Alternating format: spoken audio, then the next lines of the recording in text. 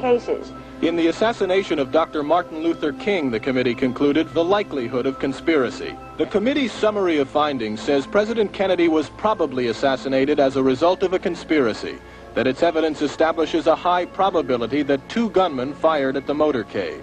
The committee concluded that President Kennedy did not receive adequate Secret Service protection in Dallas, that the CIA was deficient in sharing information before and after, that the Justice Department and Warren Commission failed to pursue possible conspiracies and made their conclusions too definite. There seems to be no debate that the CIA and Secret Service were involved in the assassination, as you can clearly see 2 Secret Service agents being taken away from their positions at the back of Kennedy's vehicle just moments before the assassination.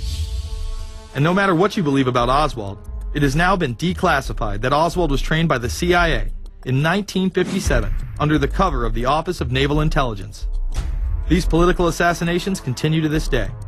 The 11-person jury in the inquest must decide if these stills, never before seen of Diana in the Mercedes and then the crash, are the frantic moments after a tragic accident or the aftermath of a calculated murder. Mr. Al-Fayed? Mohammed Al-Fayed, Dodi's father, has long since made up his mind. I believe that my son and Princess Diana been murdered by the royal family. He claims Diana was pregnant and about to announce her engagement to his son, an embarrassment so great, he says, that Prince Philip commissioned British Secret Service to kill the couple. Assassination is an option when the ruling class can identify an enemy who cannot be compromised. But how do they bend the population's will to do their bidding? Well, a false flag operation is one in which the attacker carries the flag of someone else. It's usually a military operation, and the purpose, of course, is to create the impression that the attacker is someone else. They want to create negative public opinion against the nation whose flag was being used. Or they may even not use a flag at all. This sort of thing is done all the time, and it's certainly not unique in history. I think we've been seeing a lot of it lately. Americans are easily motivated by false flag operations, and I think it's inevitable that we will see false flag operations in the near future. It is used in order to seize power at an accelerated pace. A very well documented modern example of this is the Tonkin Gulf incident. There were 2 sets of Tonkin Gulf incidents. The first one on August 2nd were real but trivial. The second on August 4th, 2 days later, were the ones to which we actually sent planes off in retaliation and were, in theory, much bigger, a torpedo attack on a U.S. destroyer, but in fact it never happened. When McNamara visited Vietnam, he confirmed the Tonkin Gulf incident never occurred, and once again, we were lied into war. To this day, I don't know what happened on August 2nd and August 4th, 1964 in the Tonkin Gulf. The general provided the answer, saying his Navy attacked the Maddox on August 2nd, but on the 4th, nothing happened. There was absolutely nothing, he said. We know for a fact now that NSA and CIA both falsified their reports up to Johnson on that day to make it look as if there had been an attack. Upon the fall of communism, a new threat had to be established in order to maintain their military-industrial complex and keep the people in fear of invisible enemies.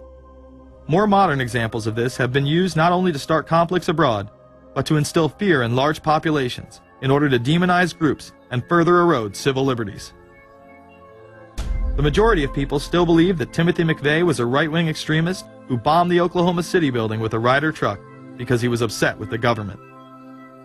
People close to the event told a very different story.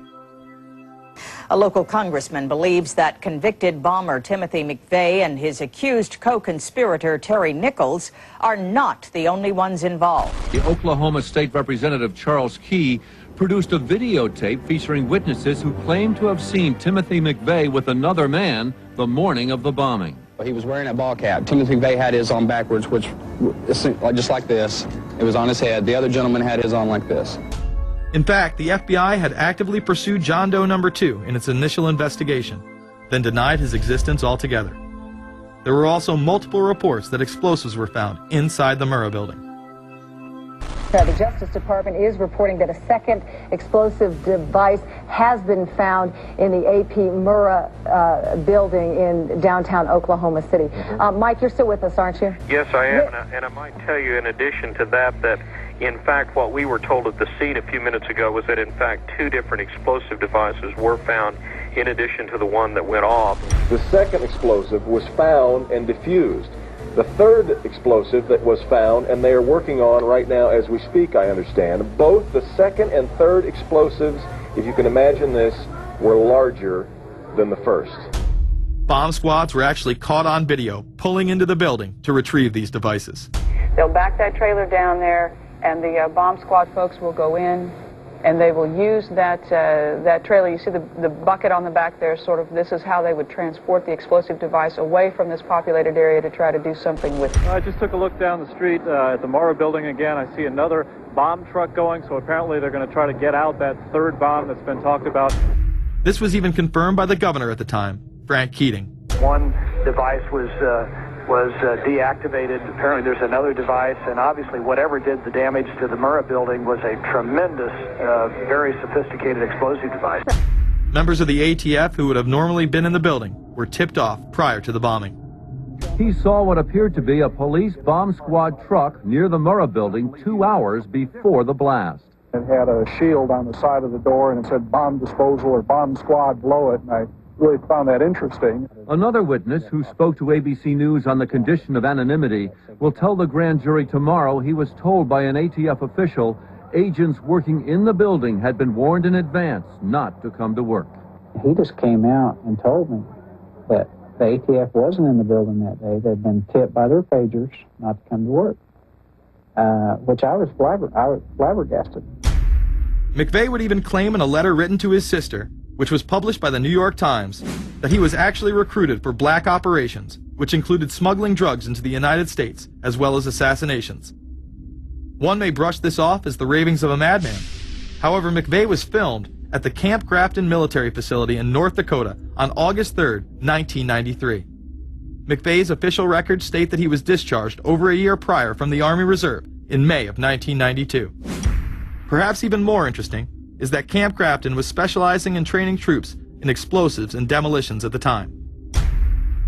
When all was said and done, the security tapes reported to have captured the entire thing on video were rounded up and classified. In 2009, they were finally released, and magically none of them caught the bombing. The excuse being they were all having their tapes changed at that exact moment. This event would be labeled domestic extremism, which was used to demonize critics of world government, militias, and create fear within the populace. Muslim extremism seemed to show its ugly face in then unprecedented fashion on February 26, 1993. A truck bomb had gone off in the parking area of the World Trade Center. Luckily, the bombers failed to follow instructions and parked the truck carrying the explosives against the main support column. What is not discussed, however, is the bomb was actually built by an FBI informant under the supervision of the FBI.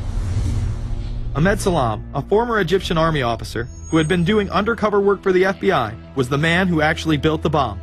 When he was told that he would have to use real bomb-making material instead of harmless substitutes, he became suspicious and began taping his conversations with FBI officials. Last winter, the FBI was praised for its speed in cracking the case of the World Trade Center bombing and bringing 4 suspects to trial. Now, there is some evidence that the FBI may have known of the plot in advance through an informant and might even have stopped the bombing that killed 6 people. Notice the media emphasizes that they might have been able to stop it. They then gloss over the fact that the bomb was built by their agent under FBI supervision in conjunction with the district attorney. FBI agents might have been able to prevent last February's deadly explosion at New York's World Trade Center. They discussed secretly substituting harmless powder for the explosives, but they didn't, according to the FBI's own informant, Imad Salem. Unbeknownst to the FBI at the time, Salem recorded many of his conversations with his handlers. The actual recording where Salam discusses this with his FBI handler, John Antisev, was released years after the trial. You got paid regularly for good information. I mean, the expenses were a little bit out of the ordinary, and it was really questioned. Don't tell Nancy I told you this. Well, I have to tell her, of course. Well, then if you have to, you have to. Yeah, because, I mean, the lady was being honest, and I was being honest, and everything was submitted with a receipt. Yeah. And now it's questionable. It's not questionable. It's like a little out of ordinary. Okay. You know. All right. I don't think it was. If that's what you think, guys, fine. But I don't think that, because we was start already building the bomb, which is went off in the World Trade Center. It was built by supervision from the Bureau and the GA, and we was all informed about it, and we know that the bomb start to be built. By who? By your confidential informant. What a wonderful, great case. Following the convictions of the Muslims who were too inept to make their own bomb and park the vehicle in the proper area, Salam was pulled into the FBI's Witness Protection Program, where he has never been heard from again. Prior to the largest and most devastating terrorist attack on U.S. soil, the United States was poised as the first truly global superpower.